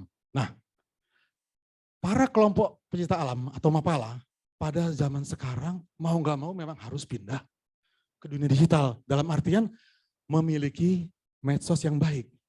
Ya, kita bisa belajar dari para open trip. Contoh nyata di dekat sini ada Mas Rahman dengan main outdoor-nya. Itu bagus sekali. Mereka punya tampilan. Tampilan apa yang pernah mereka lakukan, apa yang bisa didapat oleh customer, apa saja dengan price sekian mereka bisa mendapat poin lebih. Jadi beberapa KPA saya perhatikan di Indonesia, mohon maaf, itu suka menyepelekan hal ini. Mereka punya medsos, misalnya Mapala A, ya, tetapi medsosnya pasif. Saya tidak bilang bahwa kelompok saya di Sumatera sana bagus, tidak. Kita mari duduk bersama di sini dalam artian kita mengingatkan saja bahwa medsos yang Anda bangun itu harus hidup. Harus hidup dalam artian secara rutin dikontrol. Misalnya begini, ada ya medsos yang ketika orang bertanya kemudian nggak dijawab lama sekali. Itu lama-lama orang akan males sama medsos Anda, entah itu Facebook Anda, entah itu Twitter Anda, entah itu Instagram Anda. Tetapi bila responnya cepat, orang suka. Oke, makasih. Next. Ya, liputan aktivitas kepenciptaan alaman, strateginya antara SDM dan virtual, digital. Oke, next. Ya, strategi pengembangan SDM berbasis teknologi. Pada dasarnya ada 4 pilar utama, yaitu digitalisasi skill, kemudian digitalisasi etnik, digitalisasi culture, dan yang terakhir adalah digitalisasi safety. Jadi ketika dalam dunia medsos tersebut, mohon maaf, sebagaimana yang semuanya tahu, saya hanya mengulang, kita mohon hati-hati. Para juniornya mohon diajarin untuk berkomentar dengan baik, dengan sopan. Kemarin pun kita hampir ribut ya di grup yang itu ya, yang kemarin ya. Peserta ya rame. Kita sama Mas Rahman sama Mbak Yasmin lihat aja gitu kan, waduh ya kan akhirnya Mbak Yasmin ambil inisiatif untuk di-cut seperti itu gitu kan. Karena memang karakter anak PA itu anak yang hiperaktif, ya kan. Dan mereka eksentrik namun tetap menarik. Enggak salah kalau anak PA itu juga digandrungin di luaran. Entah ceweknya, entah cowoknya. Mas Don Hasman, zaman mudanya gagah sekali. Saya lihat fotonya. Ingat Mas Don, waktu kita kemarin ke Lebak Cibeduk, saya lihat pernyataan foto ketika Mas Don masih ototnya gagah. Dan saya kaget-kaget. Melewati sebuah jembatan gantung, Mas Don itu nggak mau dibantu. Jembatannya goyang. Tali pengamannya sudah putus. Beliau adalah contoh orang yang hebat. Dengan usianya sudah 82 tahun. Tepuk tangan untuk Mas Don. Ya, pada dasarnya seperti itu. Jadi jangan takut untuk belajar. Beberapa di antara kita mungkin enggan, merasa sudah tua. Wah, gua gaptek gitu. Enggak begitu. Ya, because you are never too old to learn. Engkau tidak pernah terlalu tua untuk belajar. Sekian, terima kasih. Oke, terima kasih Bang Aris. Iya, yang akan mengunci, sekaligus membangun kesimpulan terhadap pertemuan kita hari ini.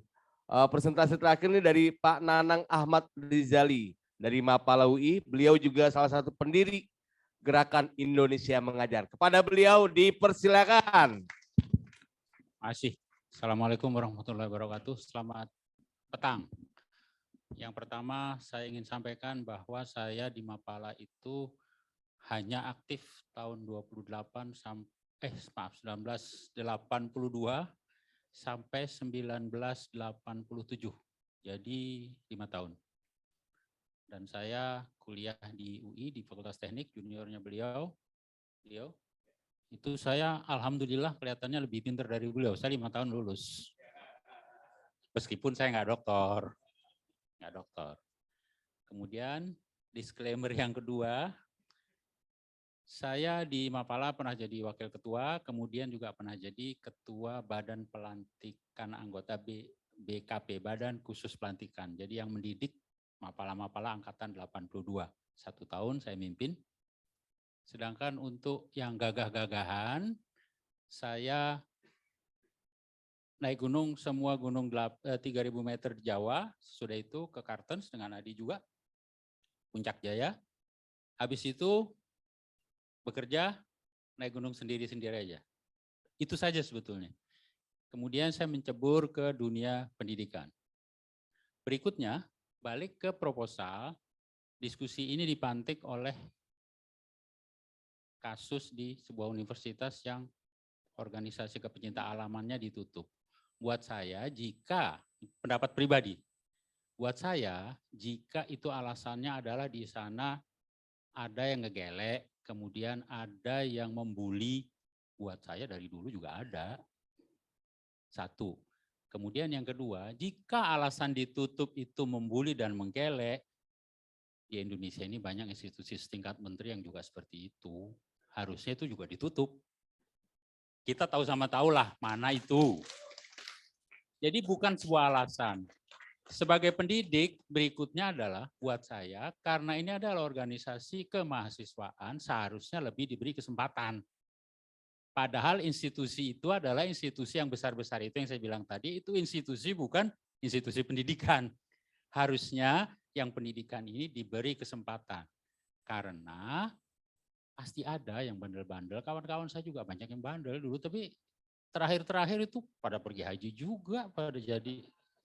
Artinya Dan berikutnya, saya mesti disclaimer lagi, coba aja lihat, yang bandel-bandel itu lebih banyak tuanya lebih baik daripada yang dulu tekun pada saat kuliah segala macam.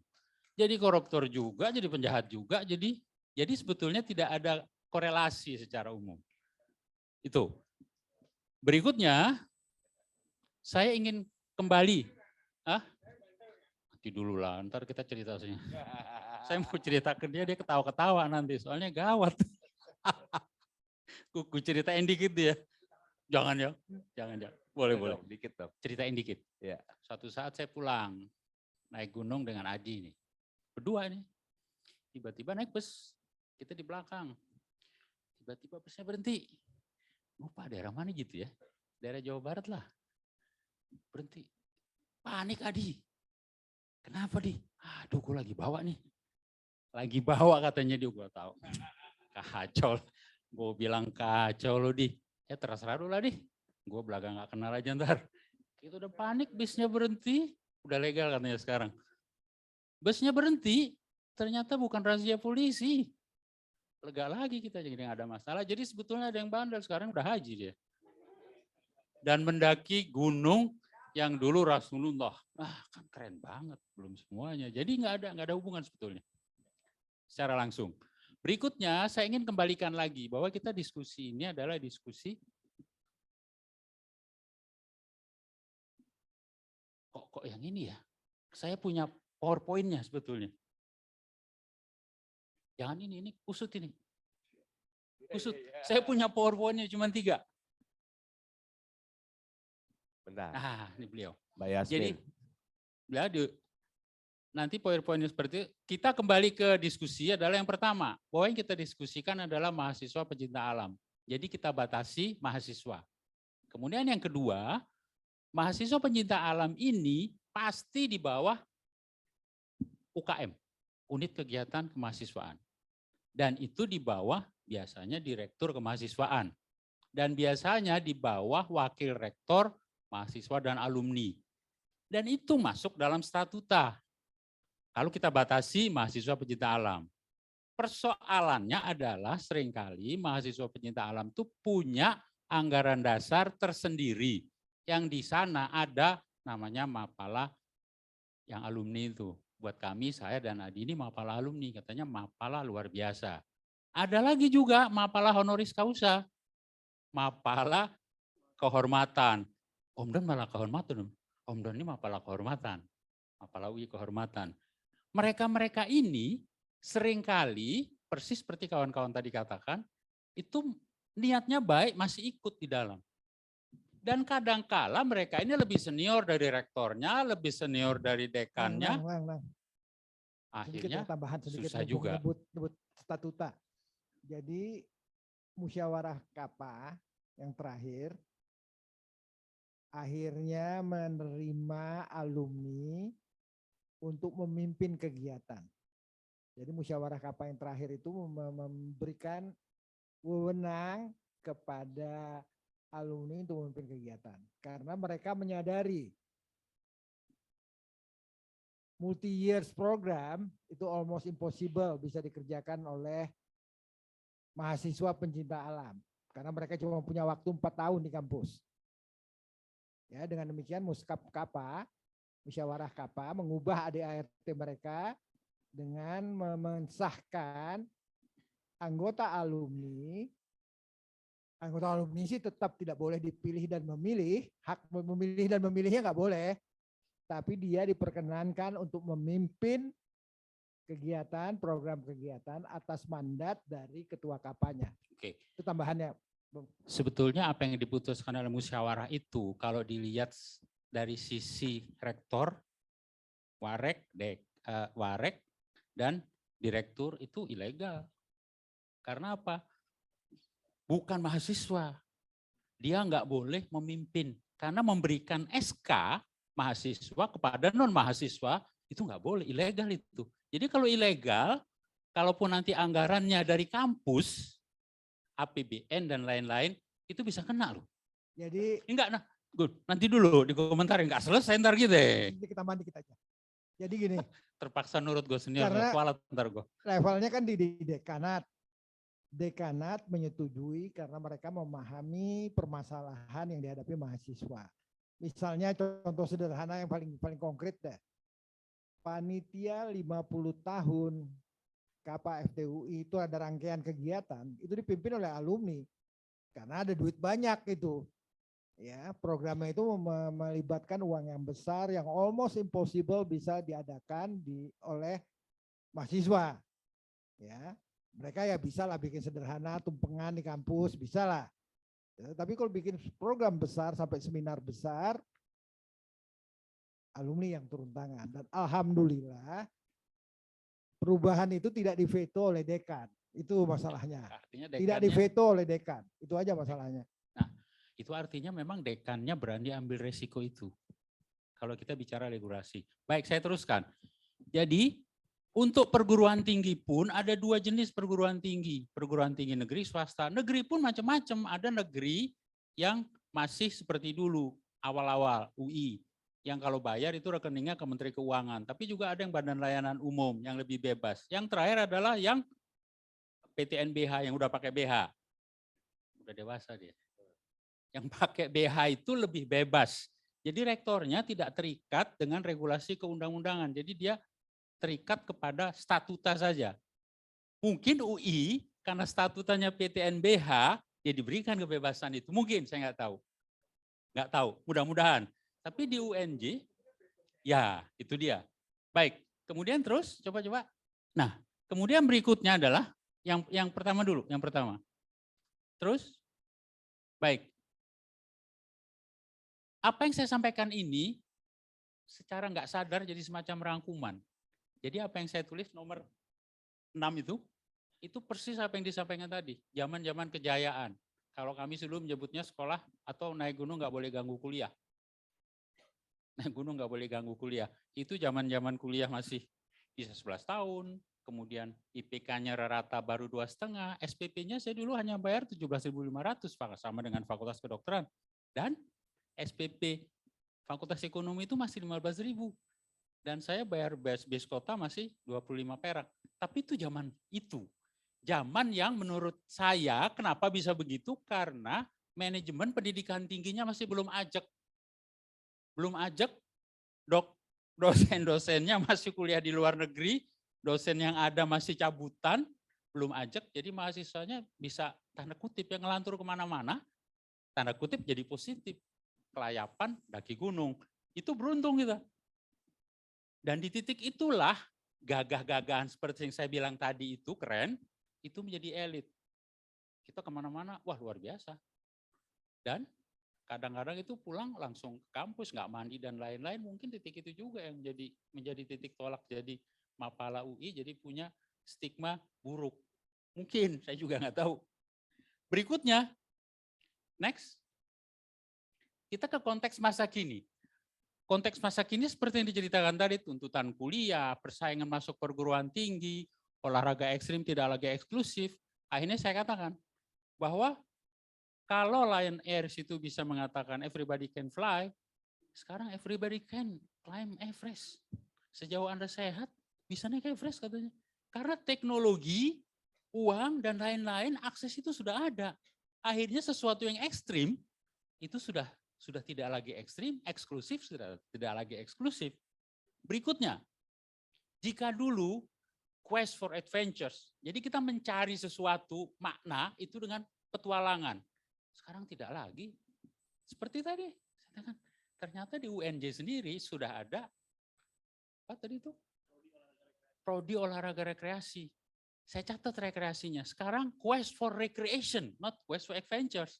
Jadi recreationnya sebetulnya yang diutamakan dengan segala macam hal yang ada tadi. Dan ini yang paling saya senang yang belakangan ini. Sekarang kalau kita mencari keheningan udah susah. Katanya mereka sudah mendaki Gunung Mahameru untuk mencari keheningan di Ranu Gembolo itu udah susah katanya. Udah penuh. Katanya Lembah Surya Kencana yang begitu nyaman yang dulu waktu kita ngesar, aduh. Sekarang udah penuh, gimana kita bisa mencari tranquility padahal keheningan itu seringkali dicari dalam quest for adventures itu. Sudah tidak ada lagi. Akhirnya saya katakan, terus apalagi ditiban oleh metaverse gadget itu. Pada satu saat saya naik kereta, gerbong lewat, di sana disebutkan tingkatkan pengalaman petualangan Anda. Ternyata dengan metaverse. Saya bilang, aduh, apa sama ya? Saya bilang nggak sama. Terus, next. Nah ini saya tutup. Buat saya, kiprah zaman keemasan dulu itu sudah tidak relevan lagi sebetulnya. Sudah tidak relevan lagi artinya bukan sesuatu yang wah lagi. Atas dasarnya itu kenapa beberapa dari mereka, bahkan sampai Iwan tadi juga mengatakan, kita harus masuk ke hal-hal yang memang menjadi mainstream yang harus diurusi saat ini. Salah satu contoh, kita harus memiliki substansi-substansi itu. Disebutkan kan ada climate change, ada kebencanaan, ada kebodohan. Kebodohan itu bisa masuk ke daerah-daerah yang sangat ekstrim, yang hanya kawan-kawan apa yang bisa masuk. Yang lain susah. Kebodohan, konflik sosial, korban perang, dan lain-lain. Itu yang disampaikan tadi, yang paling banyak. Dan berikutnya, apakah petualangan masih relevan? Buat saya sebagai pendidik masih relevan. Karena apa? Ada dua hal yang secara teori yang kalau di sini di UNJ ini sering disebutkan. Salah satu contoh meskipun zero project-nya si multiple intelligences itu masih diragukan, tapi ada orang mengatakan bahwa di sana ada intrapersonal skills dan ada katanya nature quotient. Kenapa itu tidak dikembangkan sebagai semacam hidden agenda menyertai yang prodi ini tadi, prodi rekreasi sebagai sebuah landasan agar semua orang punya itu dan berkembang. Itu yang tidak kita kembangkan. Dengan cara apa?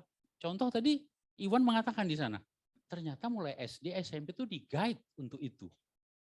Coba kalau kita katakan sekarang, sudah banyakkah klub-klub itu yang menggait SD, SMP, dan lain-lain? Saya pikir udah mulai. Tetapi menjadi massal belum. Itu yang ingin saya usulkan. Seharusnya kawan-kawan Mapala itu lulus, ya silakan dipilih. Tetapi paling tidak kalau ada anggota Mapala 100 saja, 5 mengikuti ADI, mengikuti Summiters, kan enggak 100-100 saja jadi seperti itu.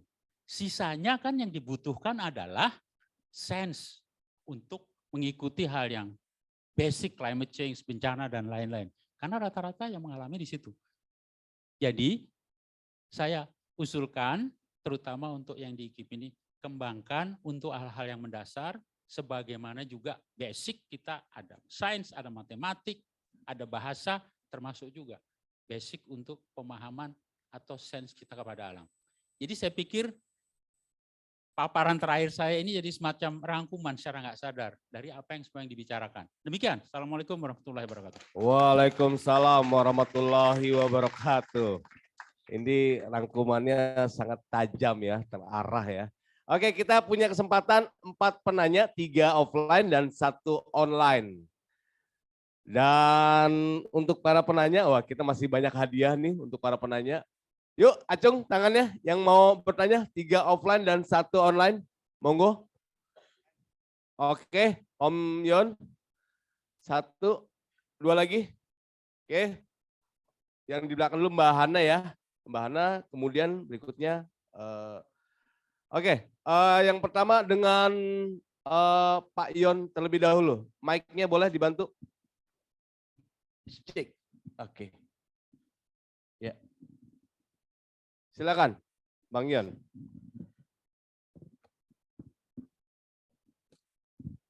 Menarik sekali sore ini eksposan yang saya hormati, saya banggakan.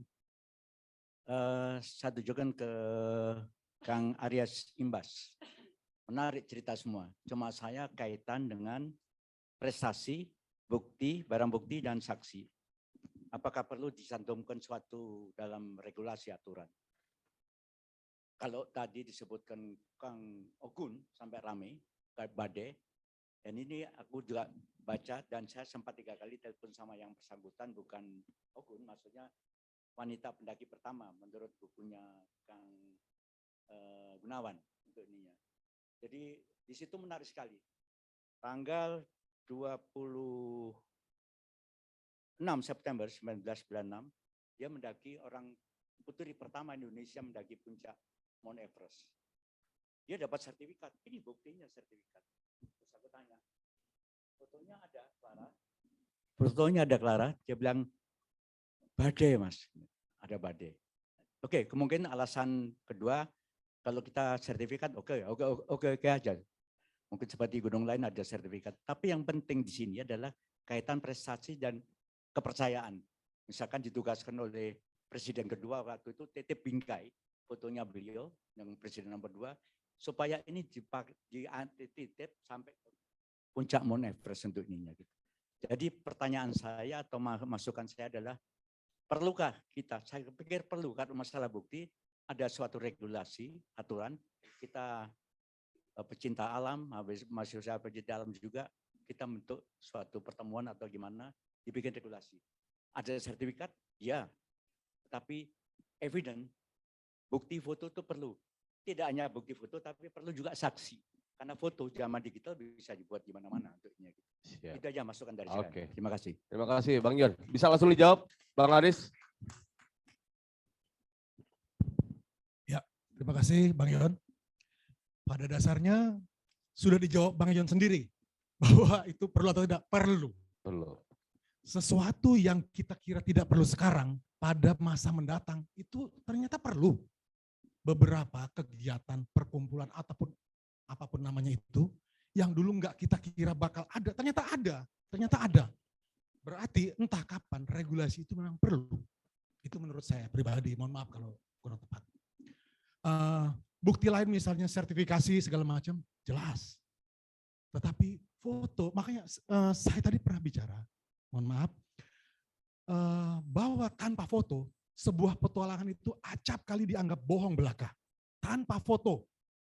Tetapi dengan foto, ia bisa berbicara lebih dahsyat dari 1000 diplomat. Kira-kira begitu. Oke.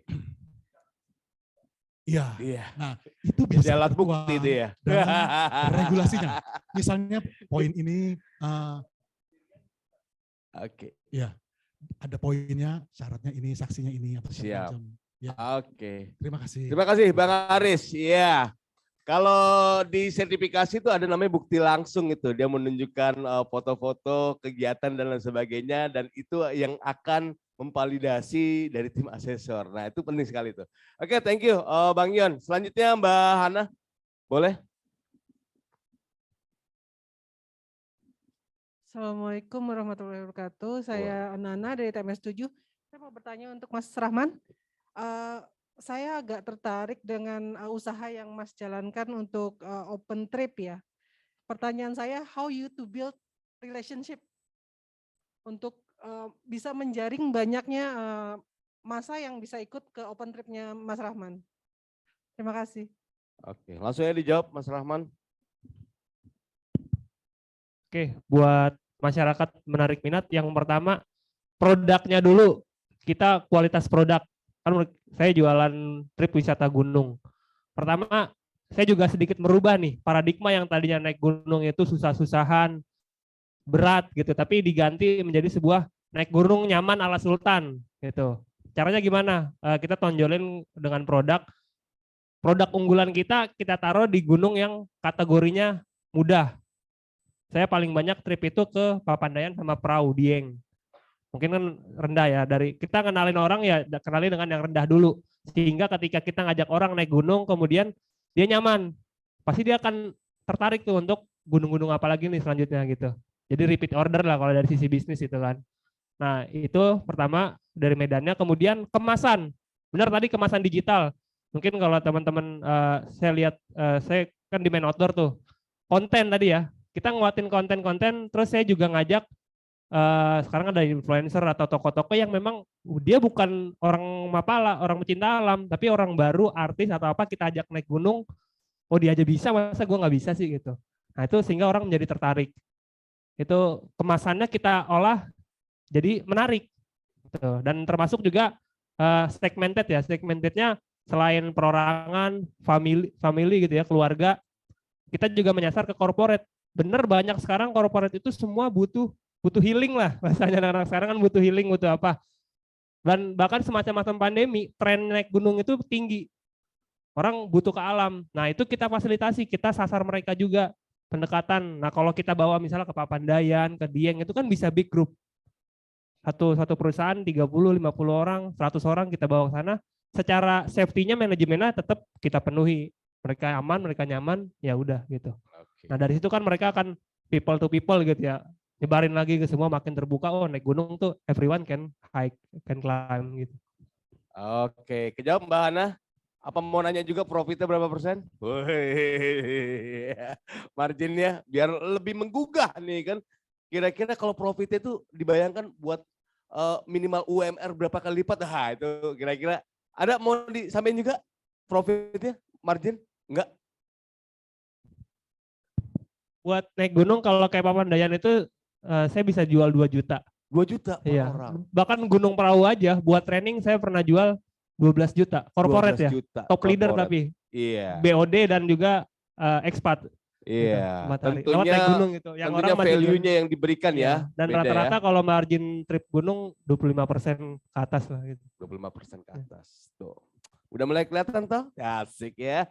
Ternyata passionnya itu bisa jadi nilai jual tersendiri. Oke, kejawab ya Mbak Ana. Untuk teman-teman yang di online, jadi yang kalau mau bertanya, sambil saya memberikan kesempatan di offline, boleh di raise hand aja. Boleh abang yang satu tadi, yang sebelah sini? Ya, oke. Selamat sore, Assalamualaikum warahmatullahi wabarakatuh. Waalaikumsalam. Nama saya John Elvi dari Wanadri. Ya, mungkin ini saya hanya memberikan komentar, terutama buat Mas yang di sebelah Mas Nanang, siapa? Aris. Ya, bukan yang Rahman. muda.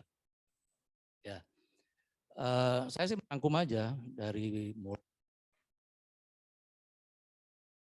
menakar peran, manfaat dan perkembangan Mapala.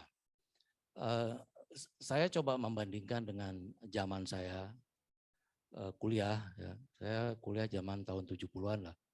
Masih junior dari Mas Iwan Bungsu, walaupun kita sama-sama alma mater.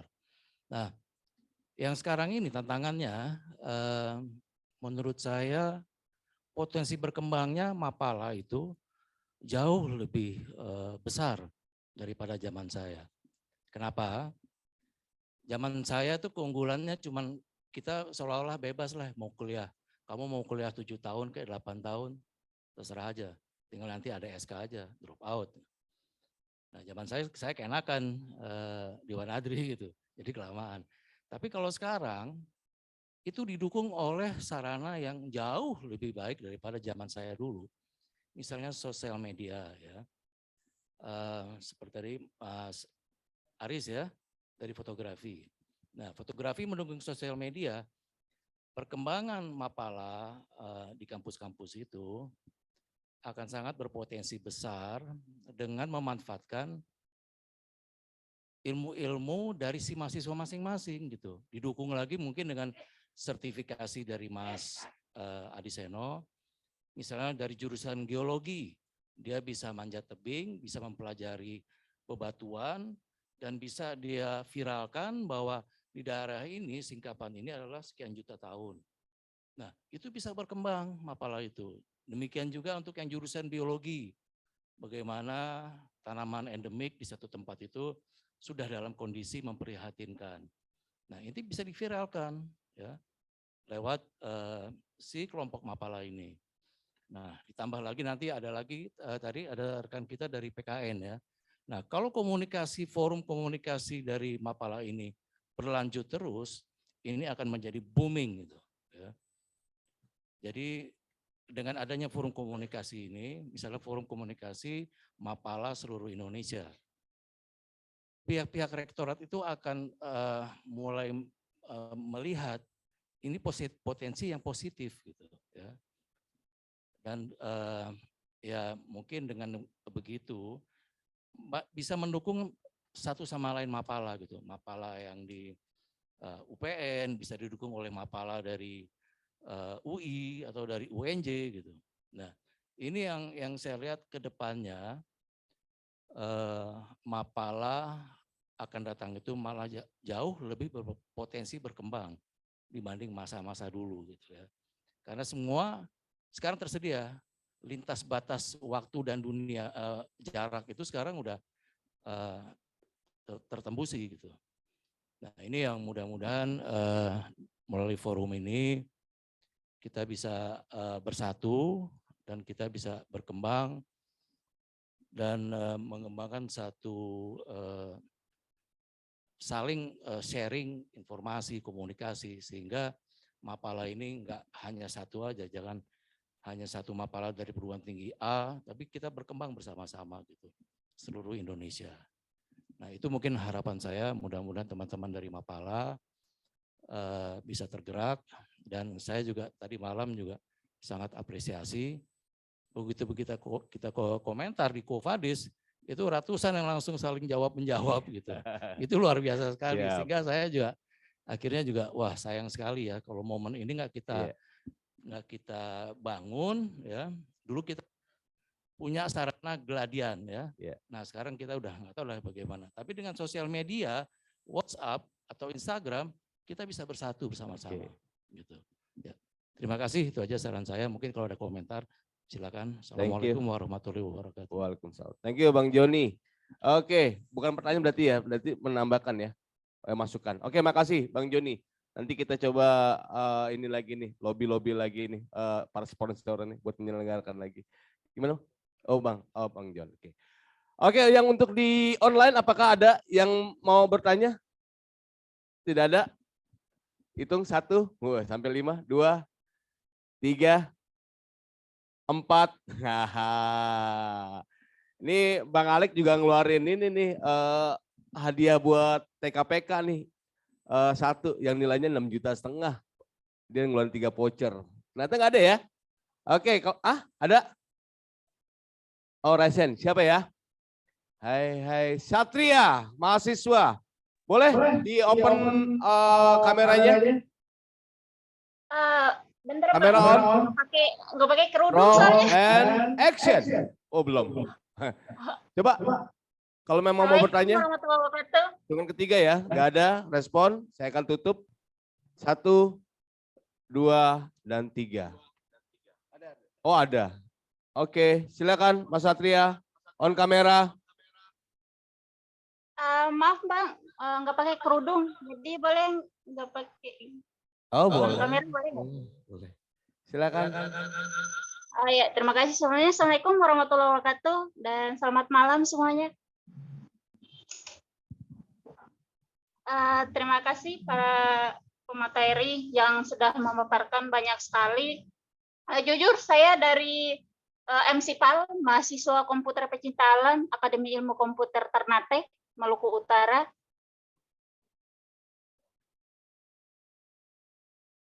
Yang ingin saya bertanya di sini menyangkut dengan mungkin di Jawa tidak asing lagi soal kemapalaan atau mahasiswa pencipta alam, baik dari segi kegiatannya sangat banyak sekali. Kita bisa lihat dari beberapa situs yang bisa kita lihat sendiri, kegiatan-kegiatannya banyak. Tapi kalau untuk di Maluku Utara sendiri masih minim dan bahkan kurang sekali. Untuk sosialisasinya sendiri, mungkin strateginya seperti apa ya Bang? Untuk semua panelis atau pemateri yang ada bisa kasih wejangan atau bisa kasih inspirasi buat kami yang ada di Maluku Utara. Karena peminat untuk Mapala, khususnya mahasiswa yang cinta terhadap alam itu sangat kurang sekali. Jadi saya juga bingung mau bagaimana mau paparkan kepada teman-teman karena untuk strategi saya sendiri kurang mumpuni untuk mau menjelaskan kepada teman-teman, ayo ikut Mapala karena kita bukan hanya mahasiswa yang notabene cuma di kampus doang, karena kita bakal nanti keluar dari kampus akan sosialisasi juga ke masyarakat begitu. mungkin minta wejangannya aja kepada kami yang ada di Maluku Utara untuk baiknya Mapala itu seperti apa, yang nanti kembangkan ke depannya seperti apa, baik dari sisi lingkungan masyarakat, terus baik dari ekonomi, membangun ekonomi masa kini itu seperti apa. Apalagi kalau berkaitan dengan industri sekarang kan kita udah bergeser dari 4.0 ke 5.0 kan. Iya, sudah ditangkap apa yang dimaksud oleh Mbak Satria. Sementara ini mau Terima kasih, dikasih Bang. Terima kasih, oleh terima kasih. panelis ya. Ada lagi yang mau sampaikan atau ditanyakan?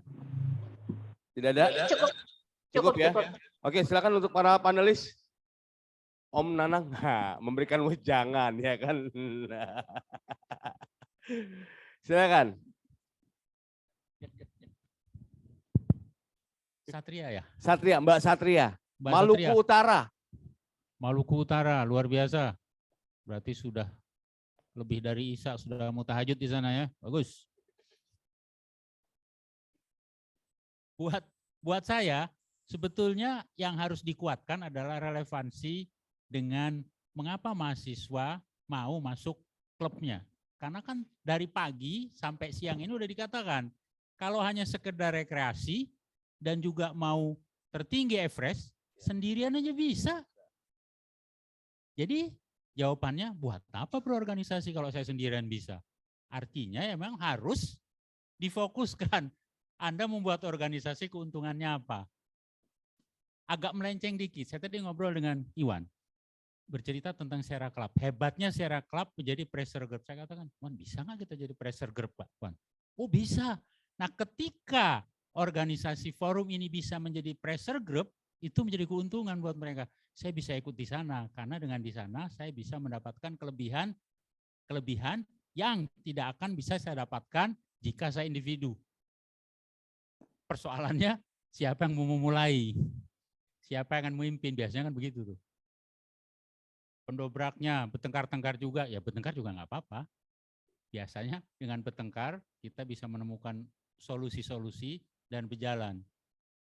Jadi saran saya singkat, dicari keuntungan-keuntungan ketika mereka harus masuk organisasi kepecinta alaman itu.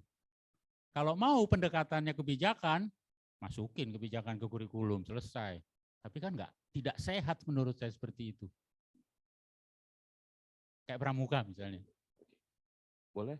Silakan mungkin. Silakan mau ditambahin oleh Bang Iwan Bungsu. Ya. Mbak Satria. Mbak Satria, kalau lihat pengalaman organisasi saya, Wanadri ya, dan juga saya lihat pengalaman yang saya lihat di luar, yang paling penting adalah kita harus mengembangkan diri sesuai dengan lingkungan kita. Kenapa begitu banyak pecinta alam lahir di kampus yang berdekatan dengan gunung? Mapala berdekatan dengan Gede Pangrango. Saya berdekatan dengan Burangrang. Ya, teman-teman di Jogja berdekatan Merapi Merbabu sebagainya. Dan teman-teman di Malang tentu aja berdekatan dikelilingi sama gunung. Nah, jadi saya rasa di Maluku Utara alam seperti apa yang paling memikat buat orang? Ya. Dan tentu aja laut ya. Dan kemudian masalah-masalah apa yang ada di laut ya yang bisa ditangani sebagai pencinta alam, misalnya perlindungan satwa. Saya nggak tahu, banyak lah yang bisa di ini kan. Tapi percuma kita belajar tentang mendaki gunung di hutan tropika kalau alam kita adalah Maluku Utara. Jadi cari alam yang sesuai dan kemudian mengolah apa yang bisa kita kembangkan sebagai organisasi pencinta alam. Oke, terima kasih Bang Iwan Bungsu. Mudah-mudahan ini menjadi inspirasi buat teman-teman di Maluku Utara ya. Oke, baiklah teman-teman, akhirnya kita berada di penghujung acara. Oke, dan materi slide dari pagi sampai dengan malam ini nanti bisa di-sharing melalui Google Drive. Oke, thank you banget buat para panelis sore hari ini. Tepuk tangan dulu buat para panelis sore hari ini. Luar biasa. Oke, saya minta kesediaannya untuk Ibu Evita dan Bang Iwan Bang Iwan dari KMPA Eka Cita untuk memberikan ucapan terima kasih kepada para panelis. Untuk para panelis dipersilakan untuk berdiri. Bang Roni. Oke, kita akan foto bersama sekaligus.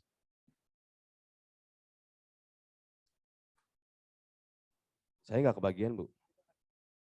Iya, dilewatin. Iya, Bu, ya. Silakan Ibu Evita. Ya.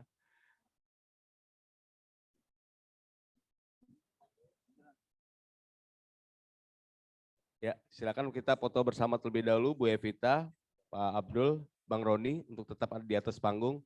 Oke. Sertifikatnya diperlihatkan. Ya, saya ikut ya fotonya ya. Iya, udah nggak dapat sertifikat. Oke. Oke, baik.